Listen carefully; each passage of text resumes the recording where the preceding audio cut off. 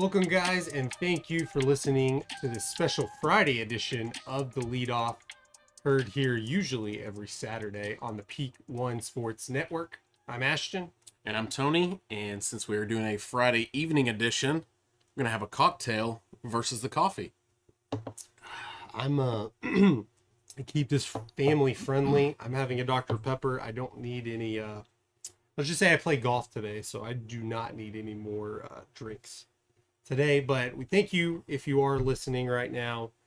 We're going to talk NBA playoffs, NHL playoffs. We're going to go over the PGA Championship and go over just overall sports news. We're still getting you ready for your sports weekend regardless. Yeah, to start off, we're going to jump right into the NBA, and, well, I lost everything I had here, so... The Nuggets, as of now, are up 2-0 over the Lakers, winning last night's game to take the 2-0 lead. They're now only 2 wins away from their first ever trip to the NBA Finals. This isn't very surprising at all to me. We've talked about this throughout the entire playoffs. This Nugget team is just going to be quiet. They're just going to play ball. They're not flashy. There's nothing... I don't want to say not special about them, but they just play solid basketball, and it shows. You saw a lot of the flopping that the Lakers try to do, which is they're known for. Yeah. The Nuggets don't play that game. They go and they just play hard-nosed basketball, and it's showing. I have them in the championship in 2 more games. I have them sweeping the Lakers here. I just don't think the Lakers have enough of that just grit to pull it out against the Nuggets. And the Nuggets have been a top seed for the last few years, just not being able to get it done the last couple of years. Maybe the fact that Joker didn't win an MVP this year. A couple of people didn't even have him on their top 5 voting MVP. Maybe that's a chip on his shoulder. Right now, he is averaging a triple-double in the playoffs. Yeah. Which is absolutely ridiculous. Yeah, that's insane that he is not the league MVP. And Embiid, who is kind of choked away the... Yeah. Yes. I mean, Embiid doesn't have... I mean, Harden completely choked it, honestly. Yeah. Harden, he needed Harden to help. He needed to participate. He needed to score. Did Harden even score a basket in the fourth quarter in the last series? I'm not sure, but I know he said he can't do it all on his own, and then he corrected himself not that long after, and he just said, me and Harden cannot do it on ourselves. Yeah. Now Harden looks like he's going to opt out of his contract, and for whatever reason, he's expected to go back to Houston. Do we think Harden is a average basketball player? Talent-wise, he's not. Through the playoffs, he was below average. I mean, he wasn't good at all. Maybe now he might be there. But he had a season averaging 34, 35 points a game, which is pretty ridiculous if you're looking at this year's and last year's numbers. Maybe now he's getting closer to that, especially for how much money he's making, $40 million a year. However, but he's opting out of his contract, and like I said, expected to go to Houston, possibly Phoenix. Can you imagine if him and Kyrie go to Phoenix? You have the same, basically what you had in Brooklyn plus Devin Booker. Yeah. And Chris Paul, I guess, if he didn't retire. Yeah, and maybe that's a better situation, and maybe it could work there. I mean, it's surprising that in Brooklyn they couldn't make that work, because the 3 of those guys together you would think were good enough to win more games than they did. Of course, you had a lot of injuries. They didn't all play together as much as they could have, so that had a little bit to do with it as well. How many times are we going to see the same deal with LeBron and Westbrook, LeBron and Kyrie? You have Kevin Durant. It's like, it makes me think of what they call the actors in the 80s, the Brat Pack or whatever. It's like everybody's playing in it's like the same 5 superstars being on different movies, playing different teams. Outside of obviously Embiid, all your normal superstars now aren't jumping to different teams, at least not right now. But it's that same, kind of like we talked about players. last week, is these 3-headed monsters, these super teams, is that kind of starting to become a thing of the past? Because now you see with Jokic and we talked about the Mavs a little bit. If they could try to build something like that, because I quite honestly don't think Luka's a guy that he's gonna play with a bunch of stars. Yeah. You're gonna have to build some role players around him, some guys that are gonna play some defense behind him. Have we seen, with the Celtics? The Celtics, I wouldn't say, I mean, they're very talented, even Jason Tatum, but I wouldn't say that they're this big super team either. They're just a good developed team, just like we've seen with Golden State. I wouldn't call them a super team at all, because they've drafted and developed all those players. Is the super team, I mean, slightly a thing of the past though? Because it doesn't seem to be working with all these guys moving up. Especially LeBron's been trying to make a lot of moves the past few years. Is it? I feel like that we may be seeing the end of super teams. You look at it didn't work with Brooklyn, Philadelphia. I don't even call them a super team, but Harden went to Philadelphia, so you had two superstars, if you want to call Harden a superstar. I don't know that you call Maxey a superstar just yet, but you saw in Philadelphia, didn't work. Now it hasn't worked in LA, the Lakers. Yeah, it really hasn't worked in LA, where they've tried to build somewhat of a super team with the Clippers either. Honestly, it did work in Miami for a couple of years, although they lost to Dallas and they lost to San Antonio later. And then Cleveland, I mean, they really only won the one championship. They went to the finals 4 times. You're definitely seeing success. And you throw the whole future at a couple of seasons and you win a championship, it's worth it regardless. But overall, it haven't, I mean, we talked about it earlier, outside Kevin Durant did go to Golden State, win a couple championships. Yeah. But Harden hasn't won any championships. Kyrie Irving won 1 championship, but when he left Cleveland and built super teams in Boston and Brooklyn and even Dallas to some extent now, didn't see that success. Yeah. KD went to Phoenix. Like that didn't work. Phoenix, it didn't work. And even Phoenix kind of looked like on the brink of being a super team. DeAndre Ayton isn't really panning out there, but you had Chris Paul, you had Booker, and now Kevin Durant. I don't know who arguably could have been the best starting 5 at that point going into the playoffs of any team in the league. I know we're getting off topic here, but I mean, we're still talking NBA. Has a super team ever worked? I mean, you've won championships, but if you think about it, go back to when the super teams really started. I'm not even going to count Boston back in the day because those were trades, even though they pretty much players manufactured those trades. Yeah. But we're talking about LeBron going down south. They won 2 of the next 4. They made it to the finals all 4 years. Yeah. But the Mavericks won, not a super team. The Spurs won. Call that a super team. They drafted those players. Yeah. And a very, very old Spurs team, Tim Duncan, Tony Parker, they weren't in their prime. Yeah. Kawhi Leonard was on one of those teams. He was not. Even to say, I want to jump into this now that you're bringing up the Spurs. That's a team of the future now. That's a team. We'll get to that right after this. I do want to talk about that. But then Toronto wins. That's not a super team. No. If you go down the list, which I wasn't prepared to at this point, I think more often than not, it depends what your idea of success is. Yeah. I mean, if you tell me we're making a super team and going to blow it up after 4 years, I can say as an example, that works. The Miami Heat were not going to win without Dwayne Wade, LeBron James, and Chris Bosh there. They weren't going to win one championship there. But when you look at it, I think if we go down year to year, there's probably 2 or 3 super teams in the NBA, and maybe half the time one of those super teams wins the championship. But it depends what you think about. Does it work? Making the LeBron was arguably for 10 years on a super team, multiple different teams, and he made the finals 9 times in a row. And not a knock on LeBron. Works. He. There's always going to be the debate of GOAT, right? And I think we grew up in a generation, we're going to say Michael Jordan was the GOAT. Yeah. Like, I've never seen anyone like Michael Jordan, that demanded so much from his teammates. LeBron James is not a bad basketball player at all. You'll never hear me say that. Yeah. Do I think he's the GOAT? I don't know. I don't know that he is. Now, does he have the longevity? Is he going to play longer and break tons of records? Absolutely. What's your idea? Well, what's your idea of GOAT? LeBron James is going to have every record when it's said done. Absolutely. But then again, Michael Jordan played 12 or 13 full years. Mm-hmm. LeBron's in year 20. Yeah. But there's something to be said for that longevity. Sure, you know, absolutely. could Michael Jordan have done that? We don't know. No, I don't know.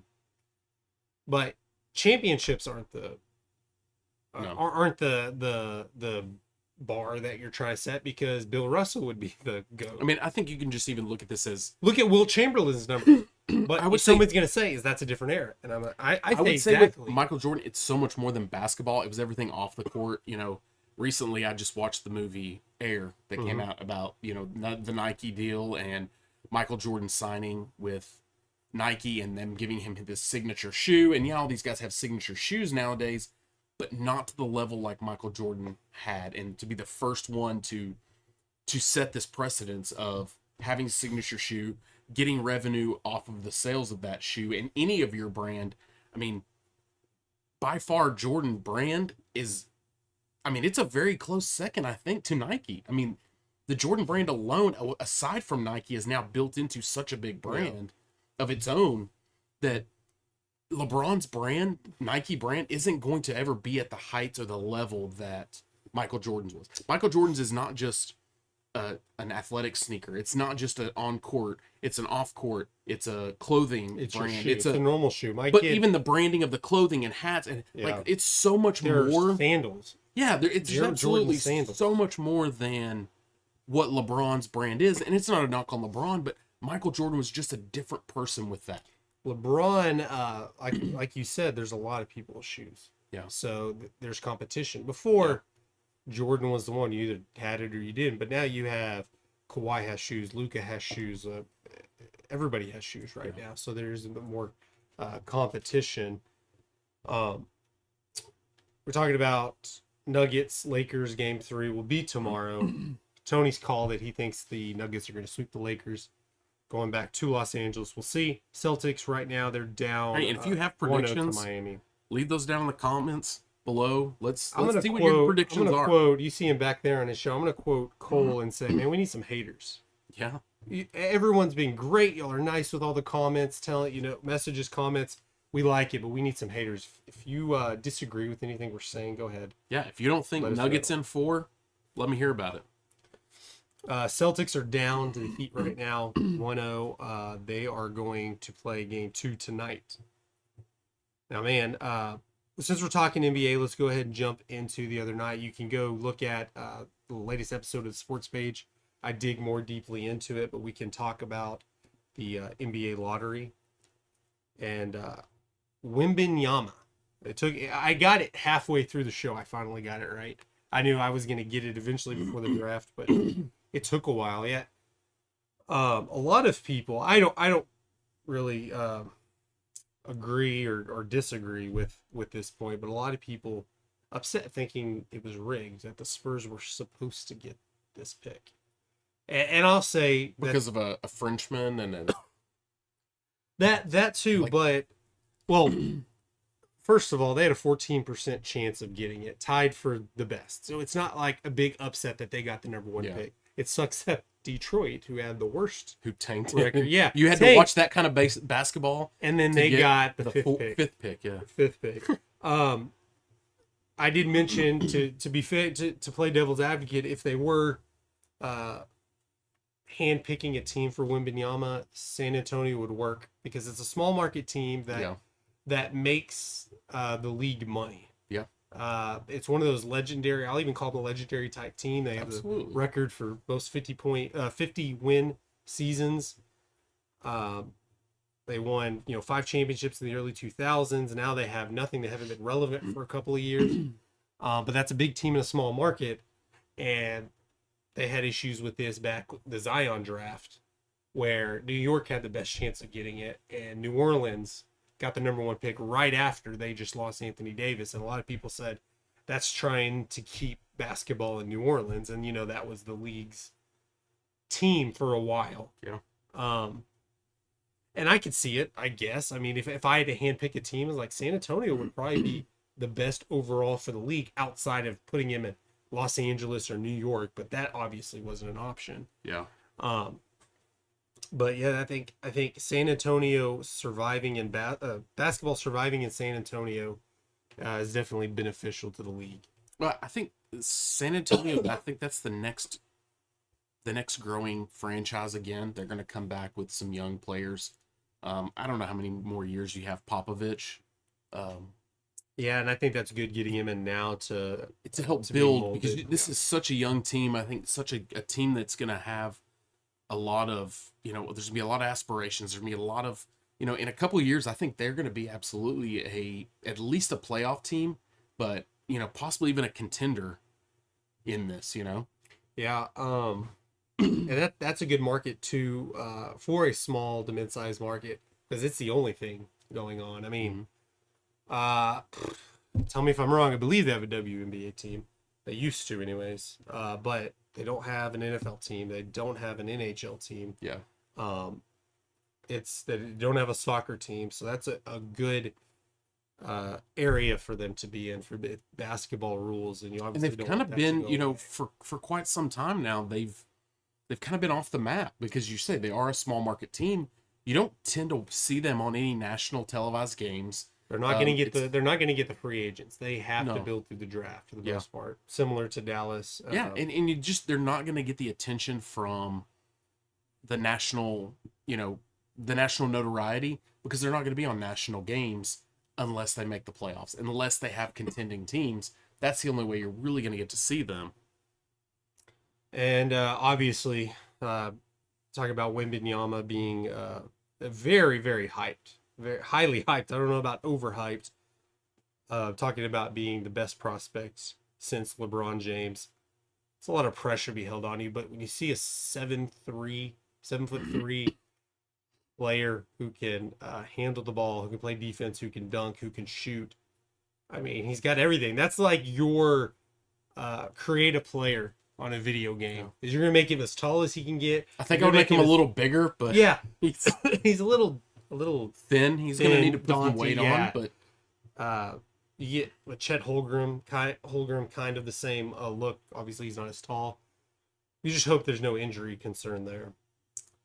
Moving over to NHL, obviously, we have the NHL playoffs going on as well. Last night was game one of the Eastern Conference Final. Yes, final. NHL, it's final. NBA, it's finals. yes. You didn't know. A lot of people don't know that. Argued with me about that. I didn't argue back. Don't worry. The Panthers beat the Carolina Hurricanes 3-2 in 4 overtimes. If you're not familiar, the overtime rules change in the playoffs. So there's no shootout. So they have 20-minute overtime periods. Mhm. So the regulation is 20-minute periods as well. So if you look at it, they basically played over 2 games last night. They played 2 1/3 games. 2 1/3 games, over 2 hours of Yeah. action. And you look at it, if you ever watch hockey, when the same players are on the ice for more than about 2 minutes, they start tracking it. Like, that's a long time to be on the ice Yeah. without changing. So they get 3-2. It was a little bit, I wouldn't say controversial, but questionable in the first overtime. The Panthers scored a goal, and it was reviewed, and they took it away because of interference. And I know a lot of Hurricanes fans had left, and they were all coming back in. And I just thought how bad that was, that being in the Eastern time zone, that game lasted till nearly 2 a.m., that everyone was leaving, then come back just to see their team lose again.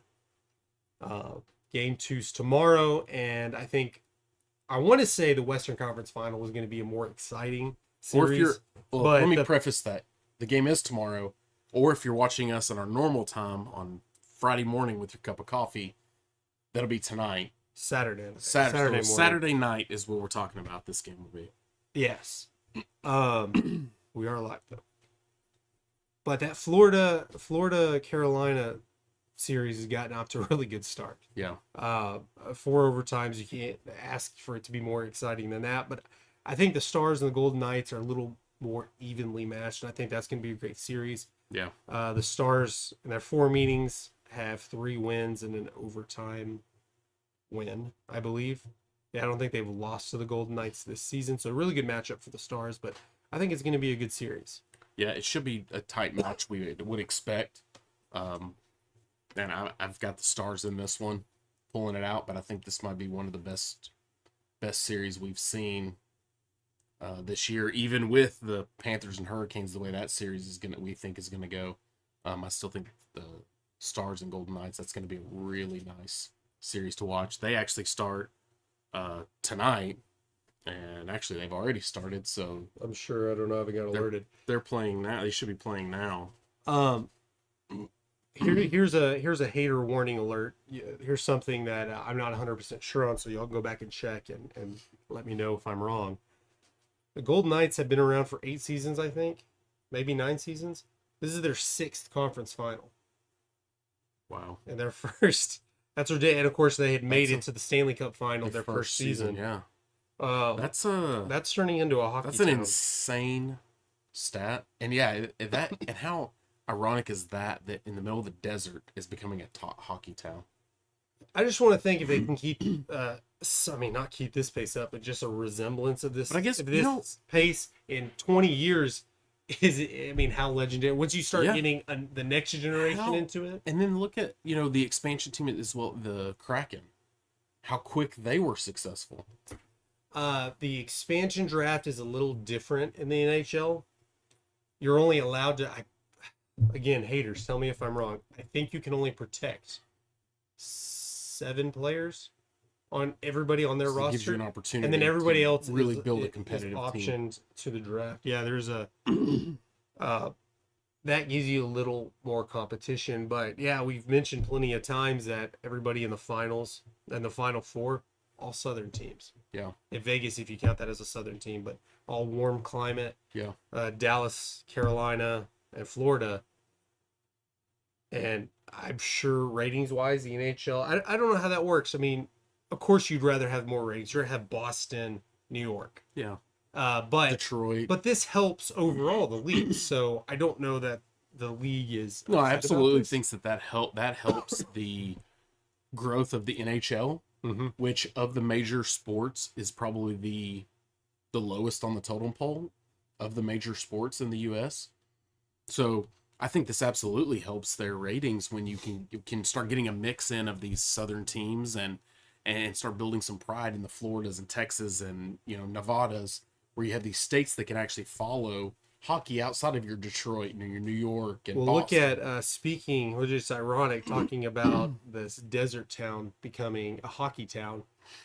What desert town is quickly not becoming a hockey town in the Phoenix area? The Arizona Coyotes. Coyotes, yeah. Coyotes or Coyotes? See, I don't even know. That's how. Yeah. They play. If you didn't know, if for you're me, not as a kid, I thought that was one of the coolest uniforms. The coolest. I had one logos. of those. I had a reversible jersey, a white and black. Yeah. I think it was the. It's the Arizona Coyotes now. I think it was the Phoenix Coyotes then. Yeah. But now they're trying to be more, I guess, more setting to the whole state. Yeah.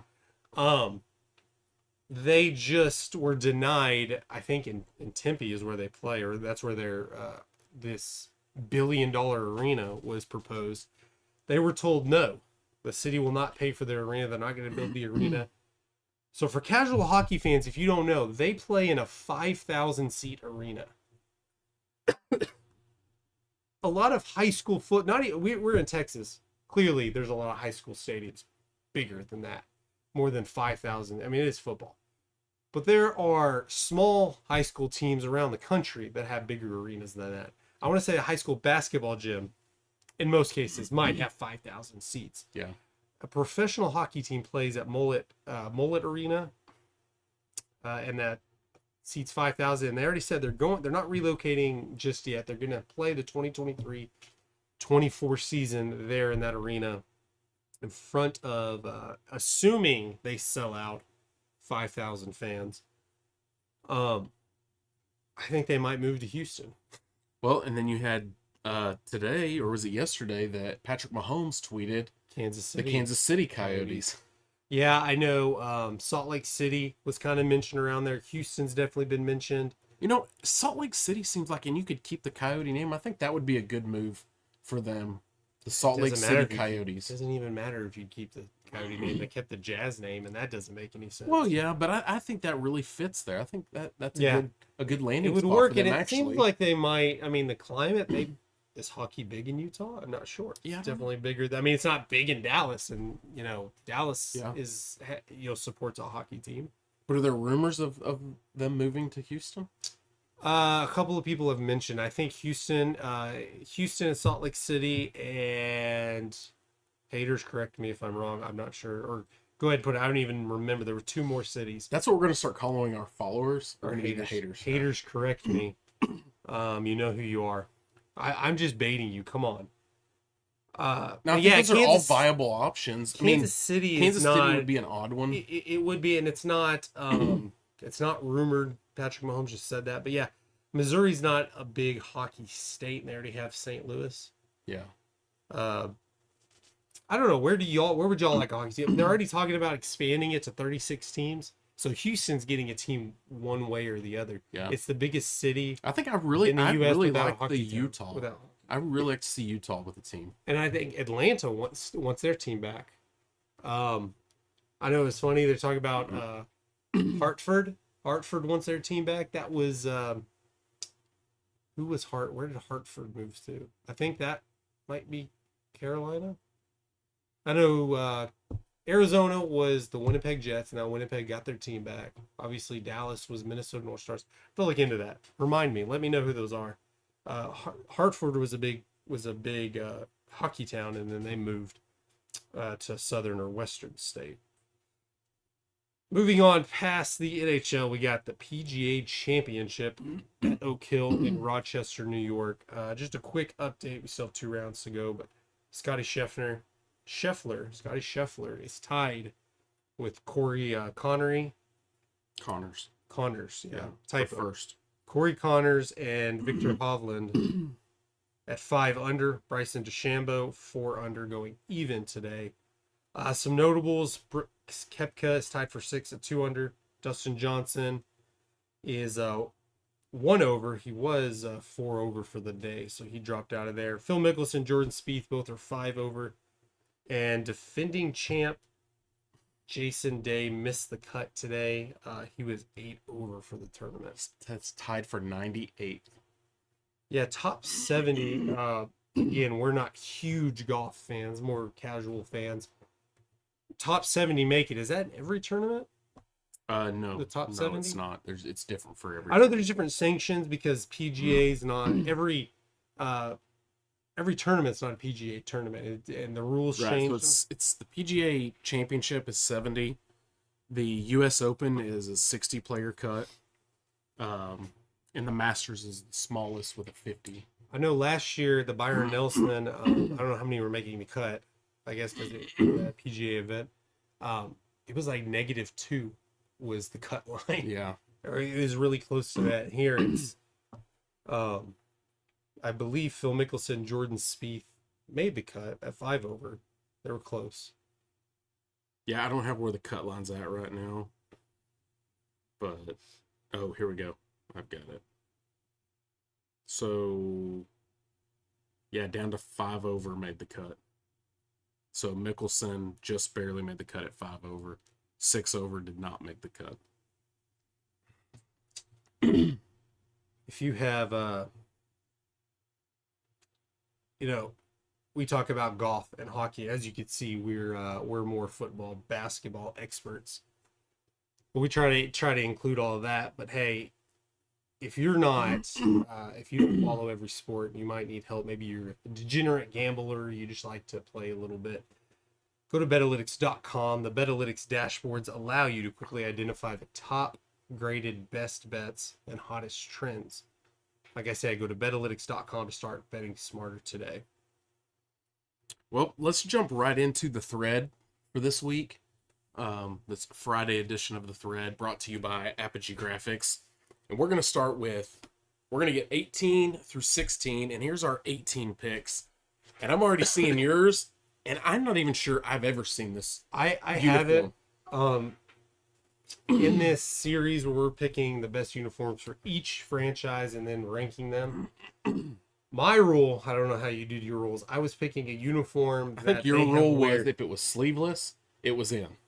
That's actually not sleeveless. I looked a little bit. That might be a full jersey. Maybe it is. I don't know. Haters, tell me. It's just a sleeveless look. It looks like I'm telling you, I've never seen I had That never. one. I With just the know orange hat. obviously with the pick, they wore it for something. Yeah. So that was my rule. If they've worn it before on field, not some alternate jersey that you can buy somewhere. That's why I had to find a picture of them playing in it, because I think that is It's the most Is it unique great? I've seen from them. yeah. And you picked they're just original homes. Yeah. Which are great uniforms. The original, a legendary franchise, and I just wanted to go different. I didn't want to pick the same ones. You're not gonna find it. Just Yeah. trying to look it up right I now. know. That's insane. I It's- can't. It's such a hard one to find, which is not uncommon. When I was going through searching teams, it was there were uniforms I was like, man, I didn't even know that was around. Yeah, there's a lot of This was alternate uniforms. not a bad look, honestly. You're bringing in the orange that they just typically don't use a lot of orange in their uniform. Mostly No. it's just trim.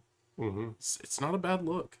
And then kind of your powder blue type color, It's not just even like that quite powder blue. gray Yeah, it looks kinda- like bluish gray almost. But yeah, that's they may have worn that one time, but that's all my rules are. If they've worn it on field in Yeah. game, it counts. You can see my pick is, and I don't have many of these on the list, which I've actually got a couple of them today, but a gray uniform typically is just, I'm not in it. But as far as and correct me if I'm wrong, well, I know that the Minnesota You're wrong. Twins, the Minnesota Twins do wear a gray pinstripe uniform, Yes, But with the- they have. I don't know if that's like their normal. but gray. the Colorado Rockies with the gray pinstripe with purple piping, the black numbers with, or maybe they're purple. I can't remember if they're purple or black. Purple numbers with the white outline. I mean, this is one of my favorite gray looks, Mhm. even though they didn't rank as high as some other grays I had. I still really like the gray. And those aren't their everyday grays, are they? I think they are. I want to say I've seen them wear other. I think gray they wear uniforms, the but white with White purple pinstripes. pinstripes, the white pinstripes, they have and they wear black the gray jerseys, Yeah. gray pinstripes, and they have a gray jersey, and then they do have purple jerseys as well. Yeah, purple. Yeah, purple jersey. I think this is a really great look. Like I said, I know it's a little ironic that I said this is one of my favorite gray looks, even though I have another gray. But it's just there's some other stylings and some others that are gonna surpass these. But this is a really, really clean look for a gray uniform. Typically, you wouldn't say gray that had a nice, clean look to it, but these do have that nice, crisp look. Now that I'm looking at that uniform, I just feel like I'm gonna get a lot of hate for that. Even though you go back and look at my Devil Rays one and my Blue Jays one, I know people are gonna hate those. I think you're just trying to get some hate this I'm just week. desperate for it, man. Yeah. Everyone's so nice and so great, and in this formation of this network and all of our Yeah. great shows, and I mean, come on, man. We know we made it when we get haters. So this is a fun one. Is and that my it's- top? That's mine on top. That is. Yeah. Yeah, I have that was just the original Giants. I know you had this. I had the same pick later back in let's see what pick it was. Pick 24. I had them ranked at. But it's funny that's that cream kind of color, and the Mhm. Phillies that I picked is also that same cream Yeah, kind of thing. And for me, I really like the Phillies in the red, white, and blue. I think for Philadelphia, it's just that more American, feel the red, white, and blue colors. I think it fits Philadelphia better than their just red and white colors. So anytime they pull these out, I would even like to see a full transformation to them going to this type of look for their everyday uniform. mm-hmm. They They wear it quite often. I don't know if there's specific days that they always wear them, but they wear those uniforms a lot. Yeah, so with the Phillies, I like this cream. You can see the red script with blue trim, blue outline, the blue helmet. Very iconic. I mean, obviously, Bryce Harper wears this one very well. Man, this is just a very patriotic uniform here. Obviously, I went with the Giants. I think you did a couple of episodes ago. Just their classic look. It's we talked that off-white, but I think I mentioned it when you had them that they didn't really change up their uniform much outside of changing when they moved from New York, except changing their hats from San Francisco Yeah. to SF, and they even do it the same style with the S over the F like they Yeah. had in New York. Yeah, I'm just a big fan of that. Yeah, very nice look.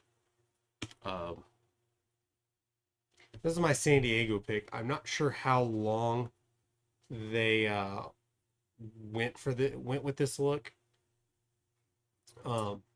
Early 2000s, I want to say. That's how long they had this, and this wasn't obviously their everyday look. But I'm a fan of uniforms where they have gray pants. They're not wearing gray jerseys. And obviously it's just nice, clean cut, white pinstriping on there, down the center of it, and then the SD on there. You don't see that that tailored piping down the button palette. You don't see that as much anymore, and I think that's a really nice look for that.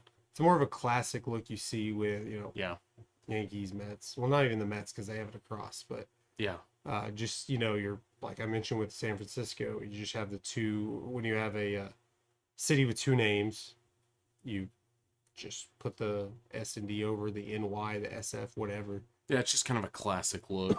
Yeah. My pick here again, like I said, we're gonna have another gray look here. Man, this Angels, I really was a fan of the Angels styling back at this time. I mean, this was just great, a great look. They had a very similar, it may have been almost the same in a white look, but to me, I like the gray look better, more so than I did the white. But again, you get this thicker banding across the belt line where they wore no belt. Yeah. That thicker piping down the side, the matching piping or, on the sleeves and the neckline. I think more of the more iconic logos for the Angels. I'm not as much of a fan of their coloring now with more red. Teams have gone to more of these solid color looks, and they've taken away, a lot of the blues and things that they had. And I was a much bigger fan of these looks with the navy in it. Yeah, real 70s, 80s, even some early 90s absolutely. style uniforms, really kind of getting in the heyday up until the 90s when baseball was still looked at as America's pastime. I think I did the Angels a couple weeks ago. It's hard to even remember exactly, but yeah, mine was a classic look similar to that. Yeah. I enjoy that because it makes you think of like Angels in the Outfield movie. And that's what I think about a lot, and I think that's part of what a lot of my picks came down to were things of my childhood and things that develop us as fans of sports and what uniforms we really enjoyed as kids and that was it as part of when it comes back to your childhood, back to a time when it was okay to wear multiple uniforms, like you mentioned earlier about having a Phoenix Coyotes jersey as a kid. Like today as an adult, it's almost frowned upon to have multiple teams and cities of a sport. Like you have to have, this is your team and that's all you can support. So as a kid, when I was picking these, it kind of brought me back to that fun childhood of being able to really be a fan of these uniforms again. Because you've clearly there are teams that completely change their color schemes, like the Padres, but the Angels really haven't. I mean, when they were the California Angels here, that you mentioned there was a lot of navy in there. Now they're more to the red. I don't even know if they recognize navy as one of their colors other than wearing throwback uniforms, but they're more red. The same with like in the AL West, the Rangers. They're more geared towards blue right now. They still wear a red hat. You see you're wearing the red hat. But they don't even have red jerseys right now. That's not their color schemes, right? They're more blue with, accenting red. And, it seems like this uniform looks so basic. It's just their normal uniforms, but they haven't had the navy in a while. So it does look a lot different.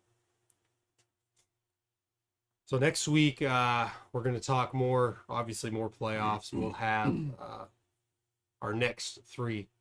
And we're down to the last 5 weeks of this series. And then once we recap this, we will go through and we will recap just a quick rundown of all of what we had and kind of compare each of our picks and kind of where we rank certain uniforms and teams. But again, guys, thank you for joining us for this Friday edition of the Leadoff. And if you didn't check it out live Friday, Make sure you watch the playback on Saturday morning to get caught up with all of your sports news and prepared for the weekend. Let's go. Go Stars. See you later.